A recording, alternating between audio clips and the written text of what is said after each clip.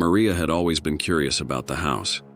It was old, creaking with the weight of history, and it was the basement that intrigued her the most. The house was dark, even at noon, its heavy curtains blocking the sunlight. The basement door stood at the end of the hallway, an ominous, forgotten presence. Her parents never mentioned it, but Maria had always felt its pull. It was as if something within the basement called to her, urging her to discover its secrets. Today, she finally decided to open the door. The air was thick with dust, and the floorboards groaned under her weight. She hesitated, hand resting on the cold handle. With a slow, deliberate push, the door creaked open. The stairs leading down were steep, their wooden steps warped with age. A musty, earthy smell drifted up to meet her. The light in the hallway barely touched the first step. The basement beyond was swallowed in shadow, only faint outlines visible. Maria's heart raced, her curiosity overpowering her fear. She descended, each step echoing in the silent house. Her fingers brushed against the wall, feeling the dampness seeping through the old plaster. The air grew colder as she moved. At the bottom, the basement stretched out before her. The walls were lined with forgotten crates, old furniture, and boxes of what looked like broken toys. But something else was there too. Something strange. A large, dusty mirror stood against the far wall, framed in dark wood. Its surface was cracked, but the reflection within seemed almost alive. Maria approached the mirror, her breath shallow. She gazed into it, noticing how the room behind her appeared more vivid in the reflection than in real life. Something was wrong. The air grew heavier, thicker with an unnatural weight. She could hear faint whispers, soft and unintelligible. The hairs on the back of her neck stood on end. Suddenly, the reflection in the mirror shifted. The room in the glass seemed to warp, the shadows growing darker, as if something was emerging from within it. Maria backed away, but her feet were rooted to the spot. A shape in the reflection moved, slowly at first, then with growing speed. It was a figure, tall and cloaked in darkness. Her breath caught in her throat. The figure in the mirror now stood directly behind her, its cold, unseen presence pressing in. She turned sharply, but the basement remained empty. The whispers grew louder, more insistent. The figure in the mirror grinned, a twisted, grotesque expression that stretched its face beyond reason. Maria's skin crawled with dread. She ran toward the stairs, but her legs felt heavy, as though something was dragging her back toward the mirror. The whispering voices grew louder, now screaming her name. Just as she reached the top of the stairs, the mirror's surface rippled, and the air behind her seemed to shift. A cold hand brushed against her shoulder. Maria whirled around, heart pounding. There was nothing there, only the same empty basement, now dimmer than before. The mirror's reflection, however, was not. In the glass, the figure stepped out from the shadows, its form towering and distorted. Its features were hidden beneath the dark cloak, but its eyes were glowing faintly, like embers. The basement seemed to close in on Maria as she backed away, her mind racing. She had to get out. But the door, once so close, now seemed miles away. Every movement in the basement was accompanied by the creak of the house's aging foundation. The mirror's reflection showed a twisted version of the room, with the figure advancing. Maria ran, but the floor seemed to shift beneath her, warping in ways that made her stumble. The whispers, now a chorus of distorted voices, filled her ears, growing deafening. The mirror's surface rippled again. A hand, skeletal and pale, emerged from the glass, followed by another, clawed and long. The figure in the reflection was reaching for her. Her heart pounded in her chest. She turned back to the stairs, but the bottom of the steps was no longer visible. The stairs stretched infinitely, leading to a yawning, black abyss. With no other choice, Maria bolted toward the back of the basement. She stumbled over debris, her feet scrambling for purchase on the uneven ground. The cold grew unbearable. The whispers filled the space, now growing distorted, full of rage. Maria turned to see the figure standing just behind her, its hollow eyes fixed on her with a terrifying gaze. She ran harder, now desperate, not knowing where she was going. The basement felt endless, its walls closing in as the figure inched closer, its footsteps silent but deadly. Suddenly, Maria stumbled upon something hard, an old chest, half buried beneath a pile of forgotten junk. Without thinking, she pried it open. Inside was a bundle of old frayed books. She grabbed one of the books, clutching it tightly as though it could offer protection. The whispers stopped abruptly. The air went still, and the basement grew unnervingly quiet. When she glanced up, the figure was gone. The mirror, however, still gleamed darkly. Its surface seemed to beckon her, its glass rippling again. Maria backed away slowly, the book clutched in her hands. The quiet grew oppressive. There was no sound except her breath and the distant muffled creak of the house settling. Then, without warning, the house shook. The floor beneath her feet trembled as if something beneath the earth had stirred. The basement's walls groaned and the light flickered. Maria bolted for the stairs, but her legs felt weak, her mind fogged with the terror of what she'd seen. The figure's presence still loomed in her mind. She didn't look back as she ran. The whispers were gone, but their memory haunted her thoughts. She reached the door, throwing it open, and fled up to the safety of the house above. The door slammed shut behind her, and the silence in the house was deafening. For a moment, Maria thought it was over, until she saw the reflection in the hall mirror. There, behind her, stood the figure. It was still cloaked in shadow, its eyes glowing faintly as it grinned at her, just as it had in the basement. Sarah had never been in the basement before. The door was always locked, the hinges rusty, and the air around it seemed too still, too heavy. But tonight, she felt compelled. It was the house her family had inherited from a distant relative, a relic of a forgotten time. The basement, however, was more than just a dark space. It was forbidden, a mystery she could never ignore. Her parents had warned her to stay away. There were whispers, strange stories about the house's history. But Sarah was an adult now, and curiosity had already taken root. As she stood before the door, the faint smell of mildew and dust wafted up. The air around the basement felt colder than the rest of the house, and it unsettled her. She turned the old knob and the door creaked open. The stairs leading down seemed to stretch endlessly into shadow. She hesitated but couldn't shake the feeling that something awaited her. The basement smelled like rot, a dampness clinging to everything. Cobwebs clung to the wooden beams above. Sarah's breath echoed in the silence as she slowly descended the steps. Each step she took felt heavier, as if the house itself was trying to hold her back. The creak of the stairs was deafening in the stillness. The basement door slammed shut behind her. She reached the bottom, and the darkness enveloped her. The faint light from the hallway did nothing to penetrate the oppressive gloom. She stumbled, her hands brushing against cold, unfamiliar surfaces. The air grew thick, like it was pressing against her chest. Her eyes scanned the basement. There were old boxes, furniture covered in dusty sheets, and an old wardrobe at the far corner.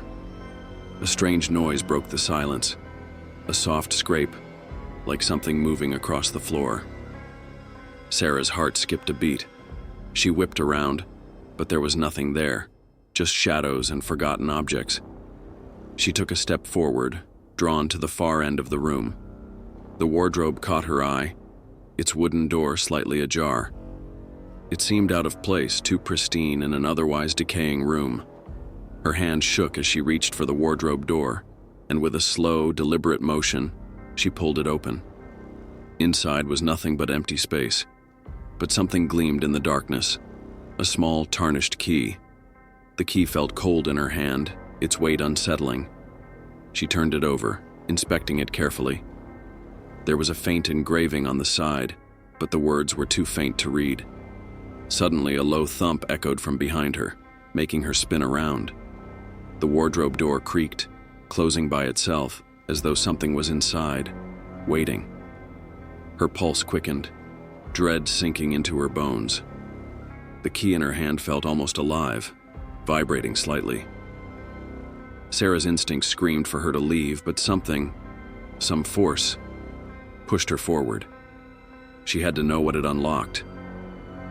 Her eyes scanned the room once more, stopping at the far wall where an old door stood, nearly hidden by layers of dust.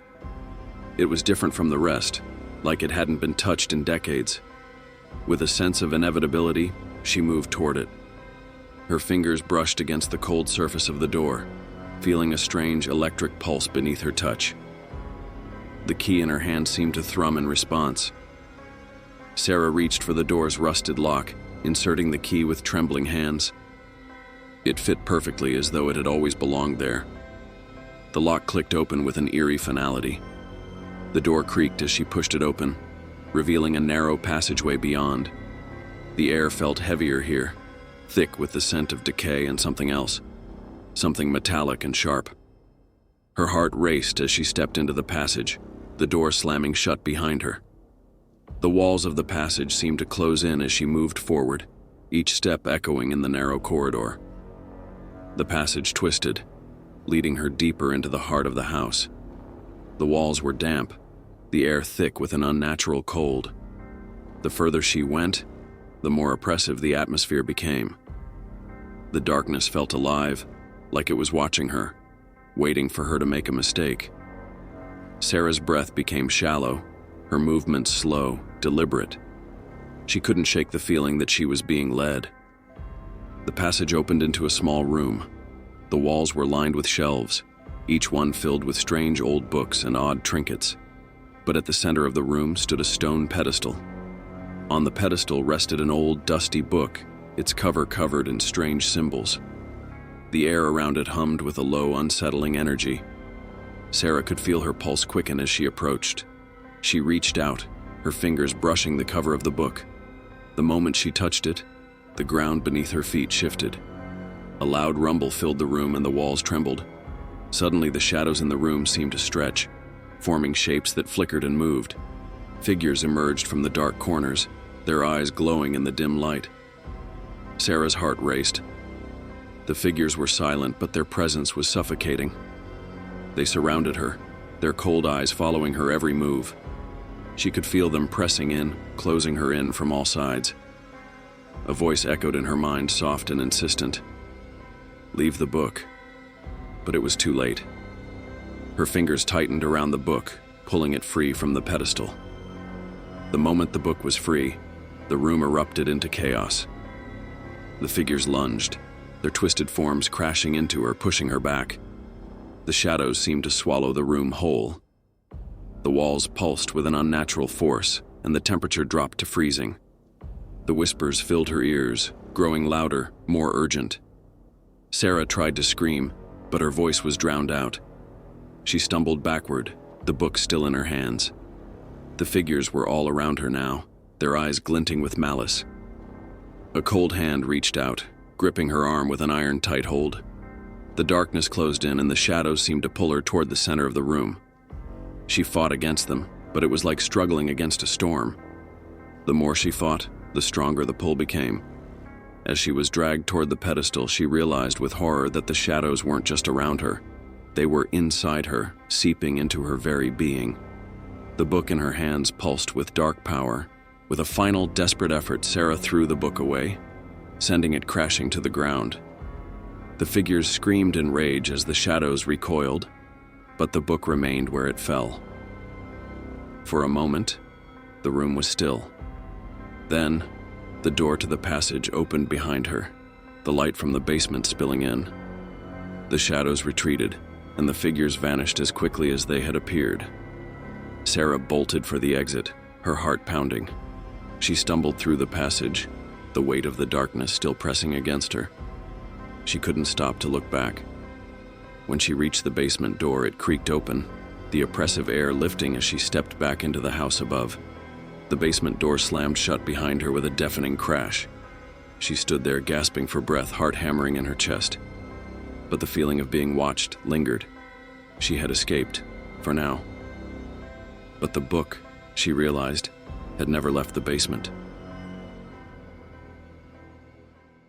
Megan had always felt an unusual pull toward the basement. It was the kind of place her parents avoided, an eerie door at the end of the hallway, always closed.